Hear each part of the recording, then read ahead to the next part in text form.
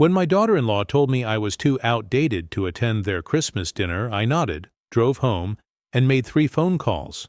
By New Year's, their mortgage was frozen, their electricity cut, and her parents were stranded at the airport. That was only phase 1. You won't believe what came next. Hit like, subscribe, and comment where you're watching from. We read everyone. It began on a Tuesday. Cold, damp, unremarkable.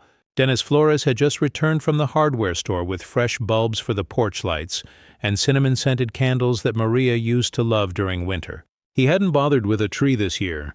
The living room remained plain except for a few modest wreaths and the glow of a lamp Maria bought at a yard sale 30 years earlier. The Christmas season had become a ritual of memory more than celebration, but Dennis still kept up appearances, even if just for himself. It was while he was straightening a crooked frame in the hallway that his phone buzzed. The caller ID flashed his son's name, Michael. The kind of call that once meant dinner invites, updates on the grandkids, or simply checking in. But now, every conversation felt like a formality. He answered with a smile anyway, out of habit, out of hope.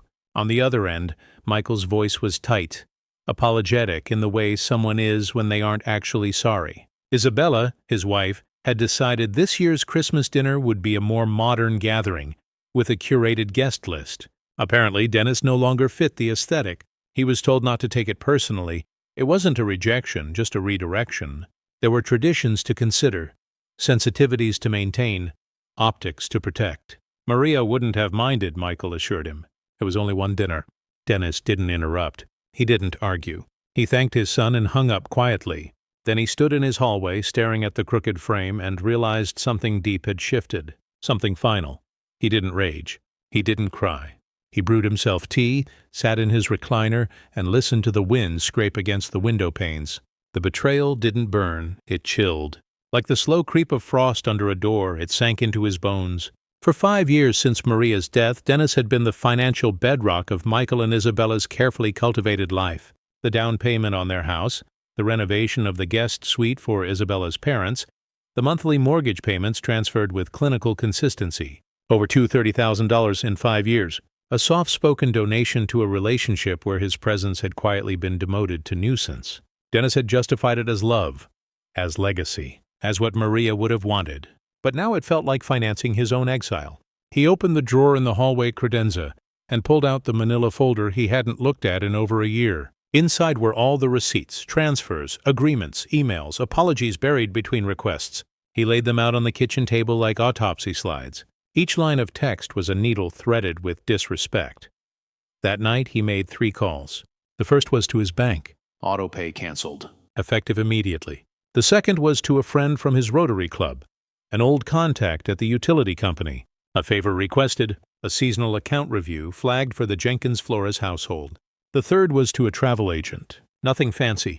Just a round-trip itinerary to and from Spokane International Airport. Under Cody and Catherine Jenkins' names. Non-refundable. Booked with the wrong return date by accident, of course. Dennis knew they were arriving on Christmas Eve. He also knew Michael wouldn't double-check the details until it was too late. By the next morning, the gears had begun turning. Quietly. Efficiently. By the end of the week, the Jenkins-Flores mortgage went into technical delinquency. The payment had bounced, triggering a late notice and a cascade of internal flags. The utility bill, long subsidized by Dennis's generosity, now reflected 2 months of unpaid charges, an error in the automatic billing system, surely.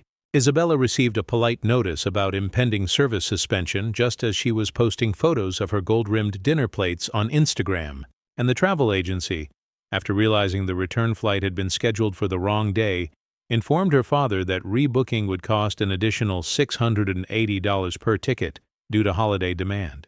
Cody Jenkins, a man who once gave Dennis a book on graceful aging as a birthday gift, would now be stuck in an airport lounge drinking vending machine coffee for 18 hours, while his perfectly curated daughter scrambled to find solutions.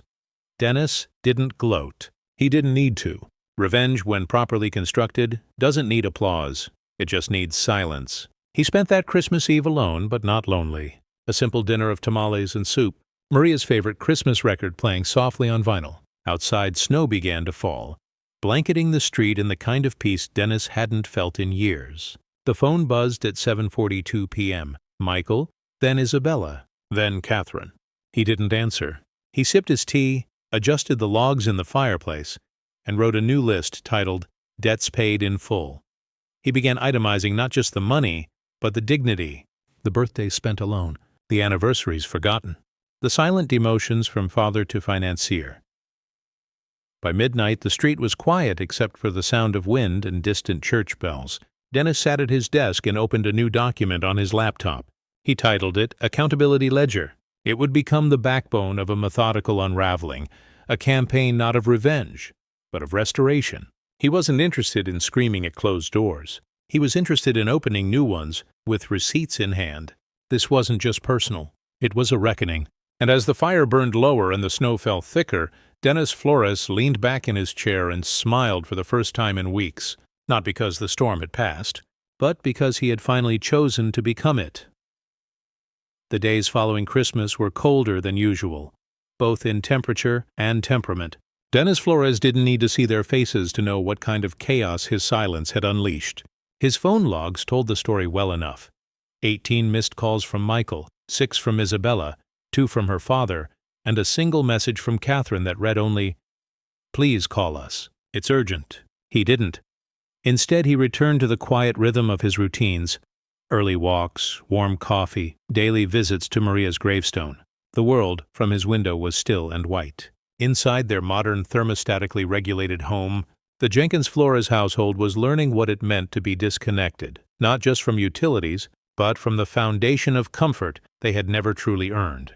Dennis had built that foundation brick by invisible brick, and now he was dismantling it with the kind of grace only a betrayed man could wield. On December 27th, Dennis received an automated notification. The mortgage payment had been flagged again, this time triggering a hold on their escrow account. What once was a silent safety net had now become a source of concern for the couple. He had also arranged, quietly through his old buddy at the zoning board, to have their house listed for a surprise inspection, an audit of recent home business activities rumored to violate residential code. Isabella's lifestyle blog, which regularly featured paid sponsored content filmed inside their tastefully sterile kitchen, had unknowingly crossed a zoning threshold. It wasn't illegal, but it was unlicensed, and the penalties, while minor at first glance, would ripple once the city reclassified part of their property as a commercial space. Taxes, permits, disruption, all things they would now have to confront in the middle of a holiday week when most offices were conveniently closed. Dennis kept a physical binder labeled Restoration Plan on his kitchen table now. Each page contained not just actions taken, but emotional intent. This was not revenge for the sake of pain. This was balance, recalibration, a reminder that being old didn't mean being irrelevant. Being quiet didn't mean being weak. He'd spent years listening to condescending lectures about adapting to the times. They never considered that he had simply chosen not to waste his time on their noise. On December 29th, Dennis visited the local florist. He requested a bouquet be delivered to Isabella's office on January 2nd with a handwritten note. A reminder that roots are what keep things standing. You've confused surface with structure. Love, the outdated one. He smiled as he handed the note to the woman behind the counter. She didn't ask questions. Dennis had always tipped well. That same day, he contacted the title company where his name still quietly coexisted with Michael's on the property deed. He filed a clause-triggered hold for ownership clarity, invoking a 2017 provision he'd negotiated when helping them secure the property. It stated that should any co-signer's financial role in the household change without written notification, the deed could be frozen for review. It was a clause no one had expected him to remember. They would remember now. The house couldn't be refinanced, couldn't be sold, couldn't even be legally modified. Not until the hold was lifted, not until he said so. The effect wasn't immediate, but the whispers began.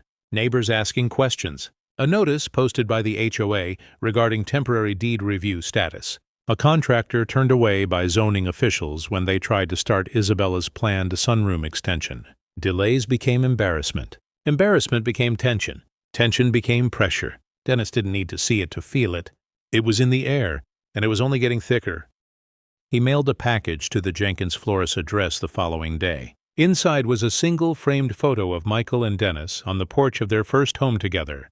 Michael was 10. Dennis had just finished painting the railing. On the back of the frame, Dennis had taped a copy of the original mortgage document he'd co-signed for Michael and Isabella. No note, no context. Just history returned. New Year's Eve arrived like a whisper. The snow fell again, gentler now, more like a curtain being drawn. Dennis ate leftovers, drank his evening tea, and watched the clock tick toward midnight. No invitations came. No apologies. Just silence from a family that once called him the Rock. At 11:47 p.m., his phone buzzed with a text from Michael. "We really need to talk. Please." Dennis turned off his phone. At midnight, he toasted Maria's photo and opened a new tab on his laptop labeled Phase 3. It was time to take the campaign public. Quietly. Strategically. He began drafting a letter, anonymous in tone, factual in nature, to the Homeowners Association's community newsletter. It detailed certain homeowner activities and irregularities under review. It referenced bylaws. It used words like potential fraud and unreported modifications. It never named names, but it didn't need to. Everyone would know. He was careful, measured. A single drop in still water makes 1,000 ripples. By the time that newsletter reached doorsteps, the gossip would already be echoing down their manicured cul-de-sac. Dennis knew these kinds of communities. Reputation mattered more than legality. And once cracks appeared, so did questions, inspections, judgment. The same system that once excluded him would now turn on its favored residents.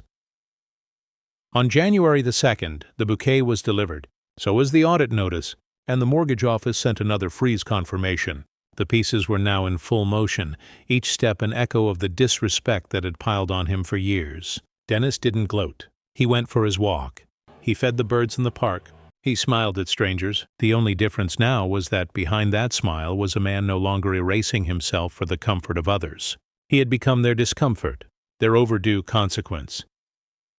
And as he returned home and hung his coat, the fireplace warming the shadows of a house once filled with ungrateful guests, Dennis sat at his desk and reviewed his list again. Some names were crossed out. Some were underlined. The storm he had become was only halfway through its path, and unlike the snow outside, it would not melt with time. The first ripple hit on a Thursday, unassuming, almost invisible like a whisper riding the morning frost. The community newsletter arrived folded neatly on every doorstep in that prim neighborhood where everyone knew everything and pretended not to. Inside, buried between a recipe for gluten-free banana bread and a spotlight on some 7th grader's science fair win, was the column Dennis had penned under the pseudonym Concerned Neighbor. It was surgical, no names, just implications. A call for vigilance regarding homeowners exploiting zoning loopholes, inconsistencies in property usage, and a reminder of the consequences when personal ambition supersedes community compliance. It referenced page numbers. It quoted bylaws. It bled guilt between the lines, and it landed like a bomb. By noon, Isabella's name was in whispers. By evening, her inbox was full. The very women she had hosted boozy candle-making nights with were now scheduling emergency board meetings. The HOA president, Dennis's silent partner in this slow-motion implosion, called for an anonymous town hall discussion. Not about her, of course, just a general meeting to realign expectations and prevent misuse of community privileges. Isabella panicked. Michael was already unraveling. The mortgage hold had triggered their escrow company to freeze funds set aside for property taxes, and the January payment was already late. Their lender was now demanding a full review, and their credit score had taken another hit. The contractor for their sunroom renovation backed out. Their thermostat glitched during the coldest night of the month. Their neighbors had questions, and Michael's face looked increasingly pale in every video call he had to fake his way through. Dennis, meanwhile, was silent. He spent the morning cleaning out his garage, donating a box of tools he no longer needed to a local youth program. Revenge didn't mean hoarding power. It meant knowing exactly where to place it. He walked by the lake later that day, the crunch of snow underfoot, a thermos of coffee in hand. He checked his watch. 3:17 p.m., right on time. At that moment, across town, a delivery van pulled into the Jenkins Flores driveway. 2 uniformed men stepped out, carrying a large box marked Returns. Inside was a $100 and $200 espresso machine Dennis had gifted them for their wedding. It had taken months to find it back in stock and weeks more to afford. Now it sat on their front steps, deliberately returned, though Dennis had never asked for it back. Attached was a note. Not from him. from the store confirming return status after a requested chargeback filed that week by Dennis under grounds of unauthorized beneficiary. No refund was requested, just the return, just the statement, just the wound. Isabella filmed a tearful Instagram story the next day, vaguely referencing toxic behavior from elders and boundaries being violated. It received dozens of pity comments from her curated followers. But 2 people unsubscribed. 2 brands declined to renew her content deals. Something about community reputation not aligning with brand values. Isabella called her father. Dennis already knew. He had reached out to Cody Jenkins's boss the week before, an anonymous tip highlighting unusual corporate card activity related to a recent family trip. There was nothing illegal, of course, but enough to prompt a review. Cody's position was reevaluated, his office downgraded, his bonus revoked. Back at home, Dennis updated the restoration ledger in his binder. Phase 3 was in full effect. The whispers had become voices. The discomfort had become action. Michael called again that Friday. 3 times. The voicemails began to shift from anger to desperation. "Dad, please, can we just talk? I don't know what's happening. We're falling behind. The bank's asking questions. Isabella's freaking out. We didn't mean to shut you out. It was just one holiday, come on. Can we fix this?" Dennis listened to that one twice. Then he deleted it. He didn't want to fix anything. He wanted accountability, and every call was a brick laid on the path back to it. Over the weekend, Dennis went to his storage unit. He pulled out old photo albums, birthday cards from Michael as a child, even some drawings from when Isabella first joined the family and pretended to care. He packaged them into a large box with a label, "Returned Sentiment." No note, no signature, just the box, left quietly on their porch Sunday morning. Inside, Dennis had tucked one final item, his original will, signed and dated, with Michael listed as sole heir. Scrawled across it in red ink was one line, "Voided." Enclosed was a revised copy listing his estate now assigned to the local foster youth endowment, a foundation Isabella had once dismissed at a dinner party as a little too outdated for impact. By Monday, the couple had entered panic mode. Dennis watched from a distance. He had eyes everywhere now.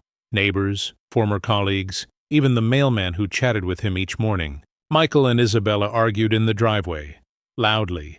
The heating system short-cycled again. Another zoning citation arrived. The lender scheduled a physical appraisal, and the city sent a notice. Due to multiple unresolved code violations, their next property tax bracket would increase. They tried to protest. No one listened. The sympathy they might have earned had eroded beneath the surface. And still, they hadn't figured it out. Not completely. Not yet. Dennis began planning Phase 4. The first true crack in their facade did not show in their finances, but in their eyes. Dennis watched it happen one afternoon from across the coffee shop where Isabella used to film her Monday Modern Mom live streams. She sat at a corner table alone. No ring light, no curated latte art, no smile. Her laptop was open, but she wasn't typing. She was scrolling.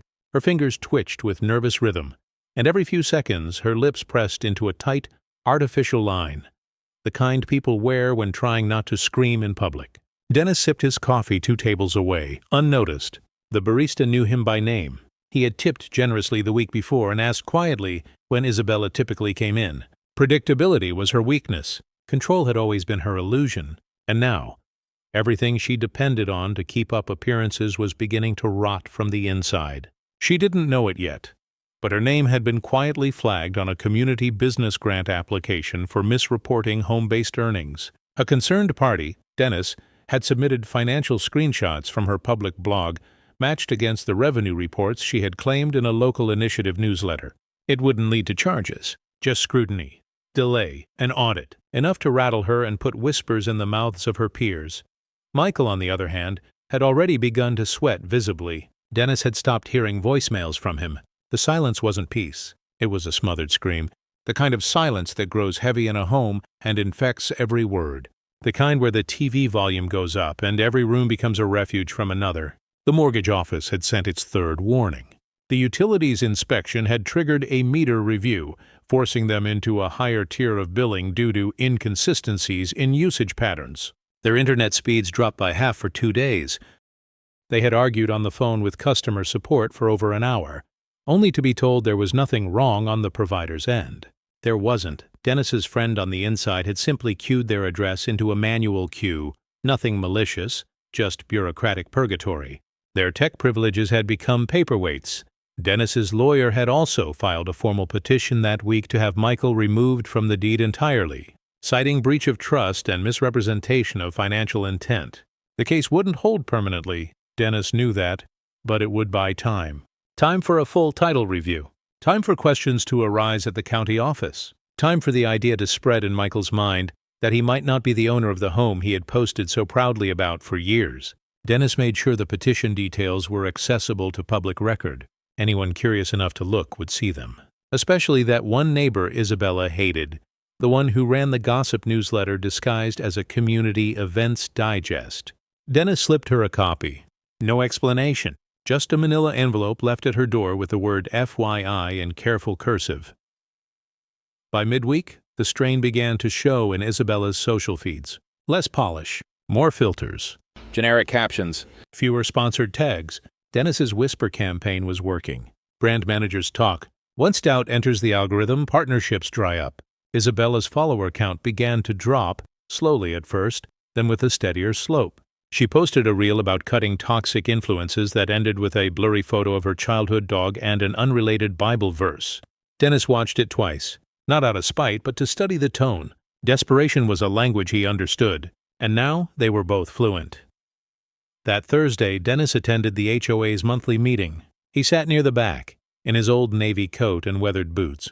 Few recognized him, even fewer acknowledged him. He preferred it that way. When the floor opened for discussion about misuse of home properties, Dennis raised a hand and calmly referenced Section 4B of the Community Zoning Agreement. If a homeowner operates a business from a residential address without the appropriate declaration and receives community traffic as a result, digital or physical, it may constitute a violation. The room murmured. The board took notes. Isabella's address was not named. It didn't have to be. The next day, Michael finally reached out, not with anger, not with confusion, but with resignation. A typed email, 3 paragraphs long, apologizing for everything. For the distance, the assumptions, for not speaking up when Isabella had made her suggestion about Christmas. Dennis read it twice. It was too late. He didn't respond. Instead, he forwarded the email to his estate attorney with the subject line, "No response needed. Archive for records." Dennis spent the rest of the evening cleaning out Maria's old jewelry box. Not because he needed to, but because letting go of the things that no longer mattered gave him space to protect the legacy that still did. He found a charm bracelet Maria had started for Isabella when she first married Michael. It was half full. He placed it in a small envelope, labeled it "Unfinished Investment," and added it to the stack of symbolic returns he'd been preparing. No rage, just closure, one artifact at a time. The next morning, the Jenkins-Flores home was visited by a code enforcement officer. Anonymous complaint. Possible mold inspection required. Dennis had made no such complaint. But he knew who might. A neighbor who had found a strange puddle near their shared fence and whose patience had worn thin. Dennis had simply reminded her, last week at the market, that Isabella's home was still technically under structural review. That mold in homes with newly installed sunrooms can spread faster than expected. He had said it with concern. She had said nothing in return. But now, here we were. By the end of the week, Dennis's binder had 3 new check marks. His coffee tasted stronger. His sleep came easier. He didn't feel guilt. He felt measured, balanced. He walked slower now, not from age, but from intention. Every step forward was a step away from erasure. The world hadn't written him off. His family had. But now the ink was drying in his favor, and the title on the last page of his binder, newly added in bold pen, read Phase 5, Public Silence, Private Collapse. By the first week of January, the Jenkins-Flores home began to feel less like a sanctuary and more like a beautifully decorated pressure chamber. The cracks Dennis had seeded were no longer silent. They were screaming. Calls from their lender became daily. The second mortgage payment had officially lapsed, which triggered a 30-day default clock. Isabella's parents, who had returned from their holiday flight delay with more complaints than apologies, were beginning to question whether their modern power couple of a daughter and son-in-law had ever truly had things under control. Cody Jenkins' demotion at work had begun to affect his confidence at home, and he had snapped at Isabella twice in front of the kids. The tension in the air, once subtle, now grew loud and visible. Chipped voices, long silences, doors closing a little too hard. Dennis knew because the HOA security logs were quietly forwarded to him by a trusted ally on the board. Unusual comings and goings, a visit from a financial advisor, a contractor who showed up, but left 15 minutes later after a hushed conversation on the porch. All of it recorded. All of it fed into the narrative Dennis had constructed. One of elegant, plausible collapse. Meanwhile, Dennis had escalated the campaign into something far more insidious. He no longer needed to act directly. The community had begun doing it for him. Rumors swirled about tax problems, unpaid permits, failed inspections. The story had changed. It was no longer Isabella and Michael, the golden couple with the influencer house. Now it was that couple, the ones under review, the ones hiding something. And Isabella, for all her carefully curated charm, had never built real relationships, only audiences. And audiences turn fast, especially when there is blood in the algorithm.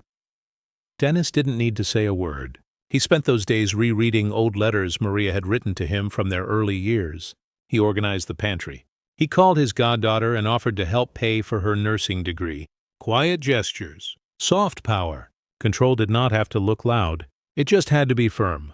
But the real masterstroke came when Dennis contacted the property insurance company. A forgotten clause in the policy, one that Dennis had negotiated at signing, required all financial contributors to the property be notified before any coverage changes. Dennis submitted a hold on policy adjustments due to undisclosed third-party occupancy. This triggered a temporary freeze, which meant no renovations, no repairs, and the moment of poetic justice came when a pipe burst in the Jenkins Flores kitchen during an unusually cold night, one of the few that week where the automated heating system had failed to cycle properly, due to the tiered conservation audit Dennis's friend had initiated.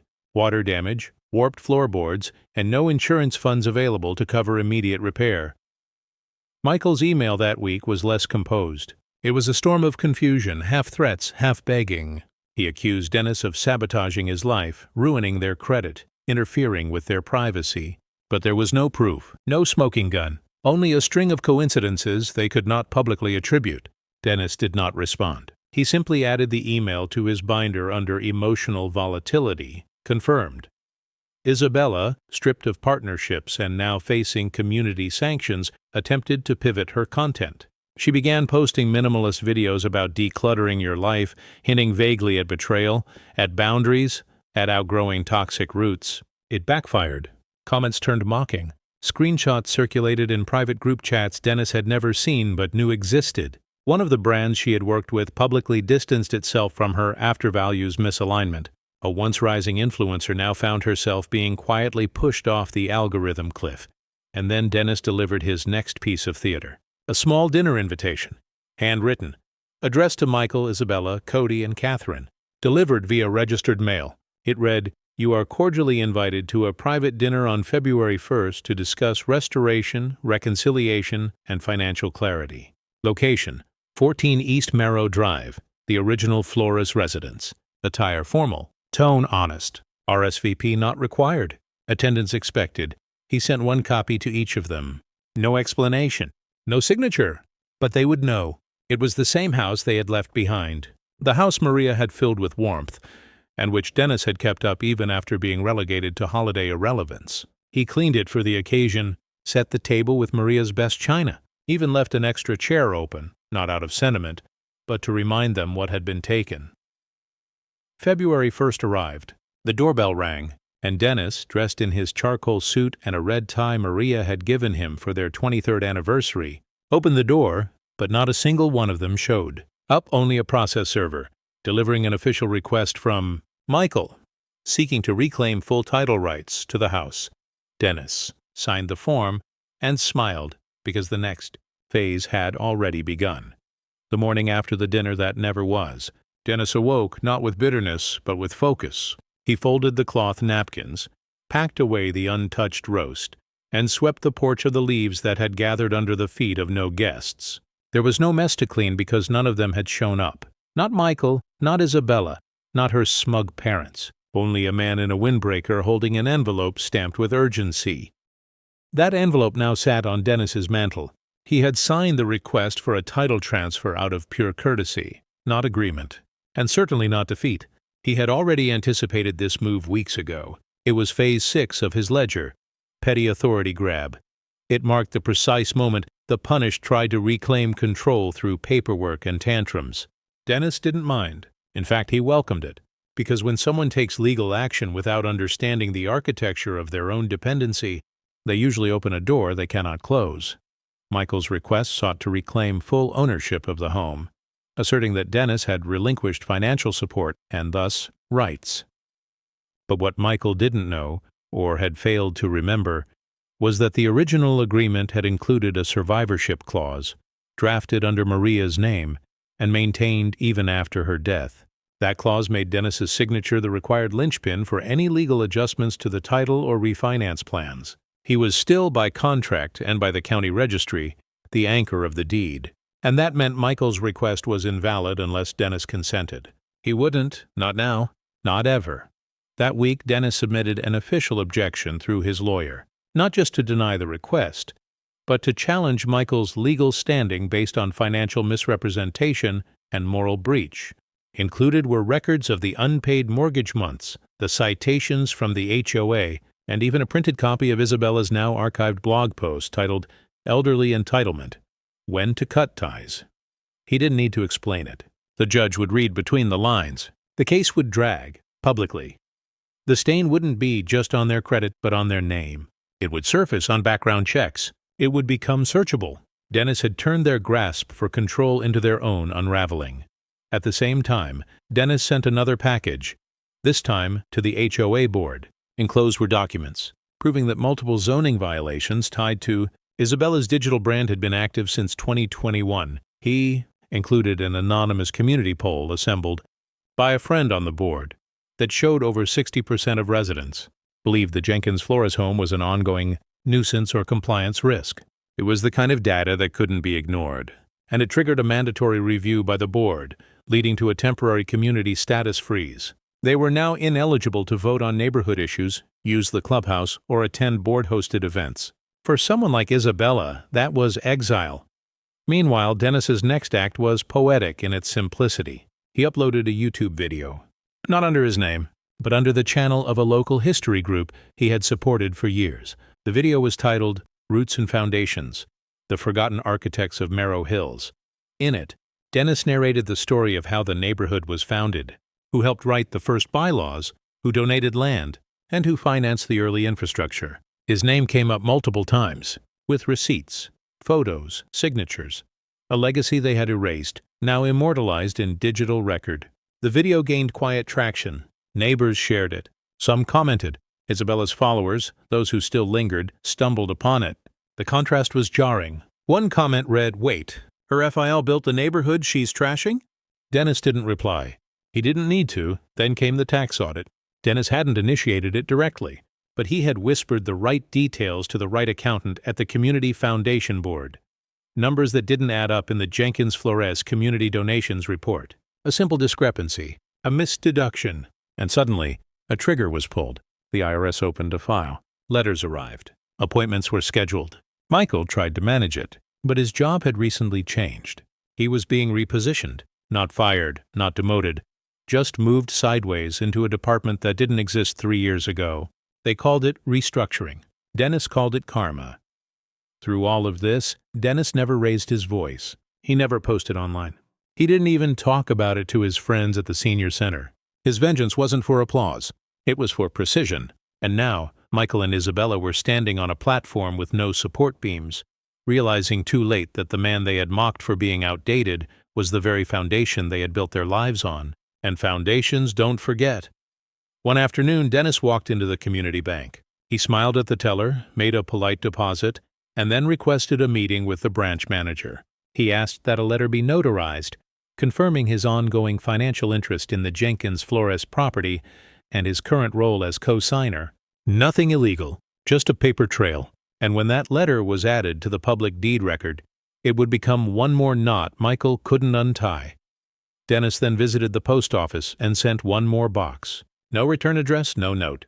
Just an old photo album with family pictures from the years when they still came to Christmas. Sticky pages, faded ink, childhood laughter frozen in time. At the end of the album, a final image. Maria in front of the fireplace, holding a stocking with Dennis's name on it. The caption read, "For the man who holds it all together." Underneath the album, Dennis tucked a single key, a copy of the front door to his house. Not their house, his house, where they used to be welcome, where they no longer belonged, and on the back of the box, in sharp black ink, Dennis wrote, "Outdated doesn't mean outmatched." By mid-February, the weather outside had begun to soften, but inside the Jenkins-Flores household, the frost had only deepened. The house that once buzzed with curated chaos, chic brunches, photo shoots, kid-approved snack platters, had become a cold chamber of unspoken truths and half-answered questions. The utilities were back on for now, but with payment warnings hanging like storm clouds over their heads. The mortgage was still locked in dispute. The deed request had stalled, and the property title was now under formal review, pending Dennis's notarized interest. The house was no longer theirs in confidence. It was a shared battleground of paper, silence, and slow, sanctioned vengeance. But it wasn't the financials that broke them. It was the mirror Dennis held to their identities. Isabella's influence empire, already cracked, began hemorrhaging after a clip from the Roots and Foundations video surfaced on a viral TikTok. A teenager, unaware of the full story, had stitched the clip over an old promotional video Isabella had posted a year earlier. The contrast was damning. Dennis talking about building the neighborhood from scratch, then Isabella boasting about her self-made lifestyle. The comments lit up. Wait, her FIL did all the real work? So she married money and forgot where it came from? This is why boomers don't trust millennials. It snowballed. Sponsors didn't call back. 2 more brands removed her from affiliate programs. She posted an apology video with soft piano music and a vague reference to family complications. But the internet smelled weakness. Her once loyal audience began to peel away, and with them went her last illusion of control. Michael, meanwhile, found his world shrinking. His job had shifted him to a remote compliance role, which translated into silence and irrelevance. He went from leading Zoom meetings to taking notes in them, from approving budgets to reviewing invoices. His coworkers no longer replied to his casual messages. Even his supervisor, once an ally, now kept things short and formal. The title of project lead was gone. His name stopped appearing in the monthly newsletter. He was still being paid, but barely noticed, and that hurt more than a demotion. It was an invisible erasure, the kind Dennis had lived through every Christmas after Maria passed. Dennis saw all of it unfold from a distance, not because he was obsessed, but because he knew how slowly neglected bridges collapse. First the strain, then the cracks, then one final, graceful fall. He had become the architect of their unraveling, but he wasn't pushing anymore. Now gravity was doing the work. Still, he added touches. He donated a large sum to the Community Scholarship Fund in Maria's name, anonymously. The local paper ran a thank you note and mentioned the family by name. Not Michael's, just Maria and Dennis Flores. The article read, "Founders and legacy residents give back to the neighborhood that they helped build." Isabella's father, Cody, saw it. He forwarded it to his daughter with one word, interesting. That same week, Cody submitted a petition to have his name removed from a trust Isabella had created. Quietly, legally, cleanly. Dennis heard about it from the same attorney both men once shared. No comment was needed. The walls were closing in, but Dennis wasn't finished. He scheduled a public estate planning seminar at the local community center. Not flashy, just a fiscally sound living for seniors workshop. Flyers were posted, invitations sent. One flyer was taped to the mailbox at the Jenkins-Flores house, not as a threat, but as a reminder. The event was well attended. Dennis walked them through living wills, medical directives, and, most importantly, asset preservation from irresponsible beneficiaries. He didn't mention names, but every example was tailored, crafted from the same template Michael and Isabella had followed like scripture. The audience murmured with recognition. Several attendees asked for copies of the sample documents. The seed had been planted. That night, Dennis received a voicemail, not from Michael, but from Isabella. Her voice was trembling, not with sadness, but anger. She accused him of destroying their life, of turning the community against them, of humiliating her in ways that could never be undone. Dennis listened to every word, then played it again, not to gloat, but to measure. There was no apology, no reflection, only a wounded ego trying to retake ground it never owned. He didn't respond. Instead, he made a note in his binder. Phase 7. Control shifts publicly. To make the point land, He prepared one more gift. He found a photo of the first Christmas after Maria died, the last one where Michael and Isabella had come willingly. In it, Dennis stood at the head of the table, Michael at his side, Isabella in the corner already looking at her phone. He had it printed, framed, and delivered to their house through the same courier that had once delivered their wedding registry gifts. The photo arrived wrapped in crisp brown paper, tied with black ribbon.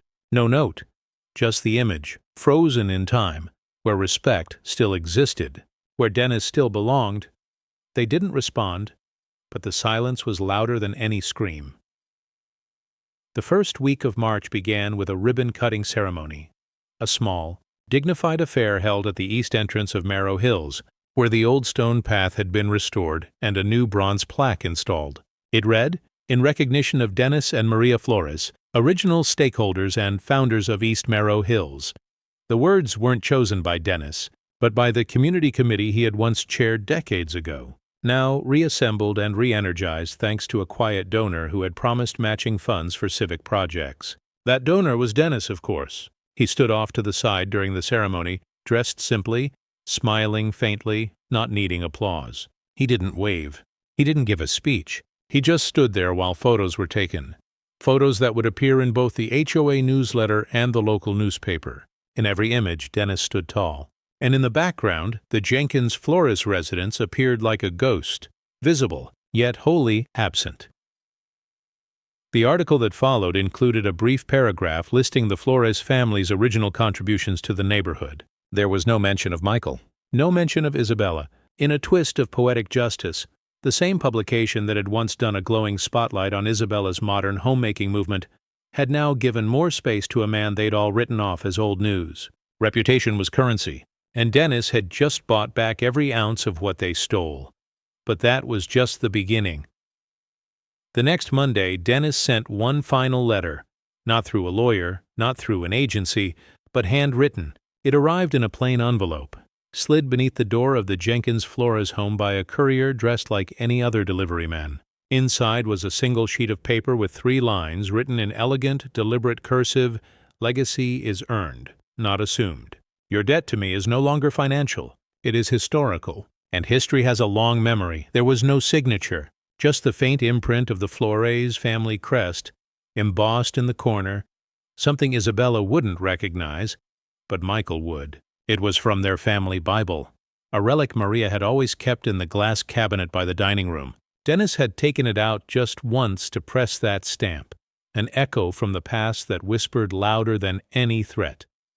That same week, the local community archive launched an online exhibit featuring interviews from Merrow Hills founders. Dennis had participated in several of them, soft-spoken detailed recollections of zoning meetings, contractor disputes, landscaping plans, and neighborhood disputes, all stories Michael and Isabella had never cared to ask about, let alone preserve.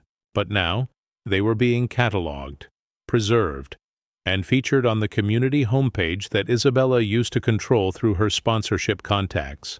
The board had quietly removed her access weeks ago, citing her ongoing litigation and reputational instability. She hadn't been told until she tried to log in and found her credentials revoked.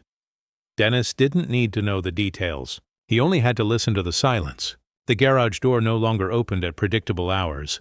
The lights inside their home were erratic, on at odd times, off during the day, sometimes flickering. Their decorative porch sign, once boasting "Welcome to the Jenkins Flores Modern Farmhouse," was gone. In its place, an empty hook and a crack in the siding where someone had removed it hastily. Dennis walked by often, not to gloat, to confirm. He noticed the deliveries were fewer now. No floral arrangements, no branded meal kits, no oversized Amazon boxes with influencer tools, only municipal notices and certified envelopes. Meanwhile, Dennis bought flowers every Tuesday, yellow tulips, Maria's favorite. He placed them at her gravestone without fail, each time accompanied by a single folded copy of the latest printout from the community bulletin, where his name continued to surface as a long-standing steward of Merrow Hills. Legacy, it seemed, was being rewritten, truthfully this time. But the final stroke wasn't public. It was personal. Dennis called the estate attorney one last time, not to update his will, but to finalize the removal of Michael as executor. He appointed a goddaughter instead, one who had visited every Christmas for the last 6 years, even when Michael had not. Her name would now be tied to the Flores Trust. She would inherit not just the assets but the story. Dennis prepared a letter for her too, with instructions not to open it until after his passing. Inside were photos, deeds, and a written history of how he had dismantled the myth his son and daughter-in-law had built on borrowed foundations. It wasn't spite. It was preservation. Then he boxed up the last few remnants of their betrayal. The final HOA letters, the printed Instagram posts, the apology video Isabella had deleted but which Dennis had saved offline. He sealed them in a file folder labeled Arrogance, Archived. Then he slid it into the back of his filing cabinet and locked the drawer. That night, he received one more call. It was Michael. The voice on the other end didn't ask for anything. It simply said, "I didn't know it would go this far." Dennis paused before replying. "It never had to. But you both chose distance over memory. And memory has a price." Michael didn't respond. The line went dead, and Dennis, alone but never lonely, marked the end of Phase 8 with the final entry in his ledger. "They buried me with distance. I returned the favor with history." The final unraveling didn't come as a single collapse. It came in layers, thin, suffocating quiet. By mid-March, the Jenkins Flores house no longer felt like a home. It resembled a hollow showroom of regrets, a place where light once entered easily and laughter echoed off the walls. Now the curtains stayed drawn. The porch was bare. The only sound that remained was the dull rhythm of failure ticking behind their walls. Dennis walked past it often, not with malice, but with certainty. He didn't need to press any further. The foundation had eroded completely. His presence now was simply punctuation, a calm, deliberate reminder that history has gravity, and he had long since taken control of the weight. Isabella had become a ghost online. Her last post, over a month old, was still pinned to the top of her now dormant page, an apology wrapped in victimhood, fingers pointed at unnamed elderly manipulation and deep family wounds. But the comments had turned. Even her most loyal followers had grown skeptical, then bored. She had built her platform on aspiration, and now every trace of struggle shattered that illusion. A few clickbait blogs tried to spin the narrative. When boomer parents sabotaged success, but it didn't land. There was no villain to spotlight, no quotes to amplify. Dennis had remained silent, methodical, invisible to headlines.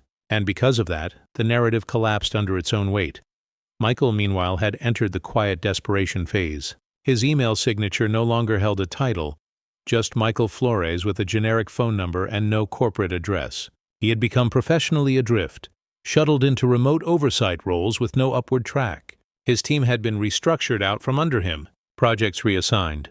His once decorated LinkedIn profile had gone dark. Dennis had never lifted a finger against his career directly. But consequence doesn't always need targeting. It only needs inertia. The same financial disputes tied to the deed review had made Michael ineligible for internal promotions. His bank had flagged their joint financial status, and the whisper of a pending legal investigation, even unfounded, was enough to cool off HR departments faster than a winter gust. The home they fought to secure had become an anchor.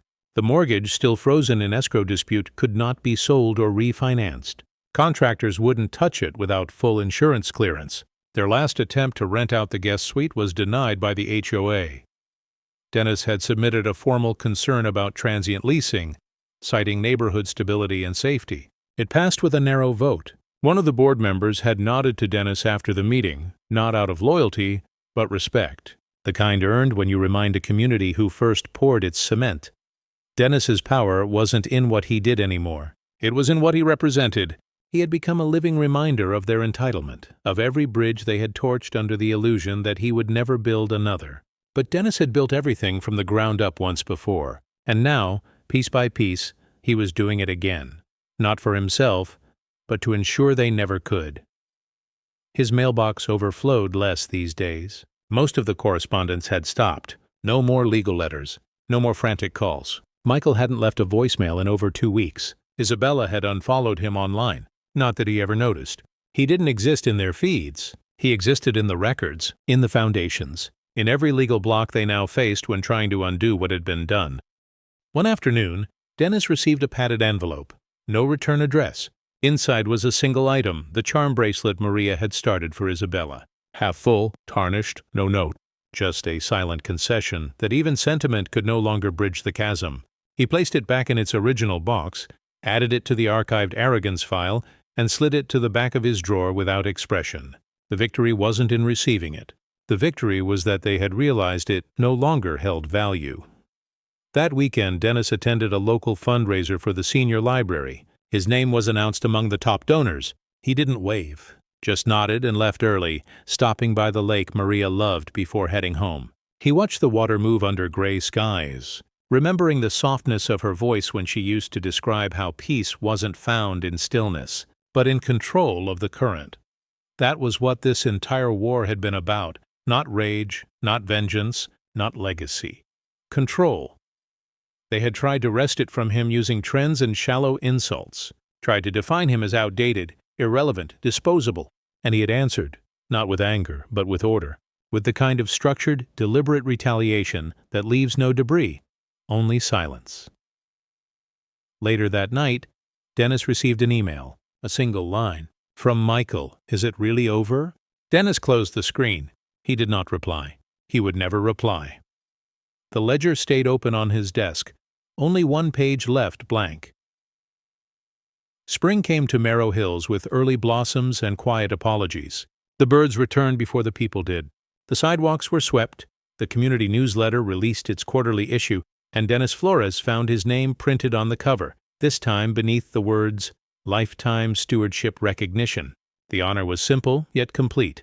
A nod from a town that had tried to forget him, only to be reminded, in the most meticulous way, of exactly who built the ground beneath them. He didn't attend the award ceremony. He didn't need to. His name was carved into the new marble bench installed by the lake. The same lake Maria had loved. The same one where Dennis now went every Thursday with a thermos of tea and a folded newspaper. The bench said, "For those who remember when things were made to last." No surname, but everyone in the neighborhood knew. Meanwhile, across the cul-de-sac, the Jenkins-Flores home had grown still. No new vehicles. No more party lights. The landscaping had started to falter.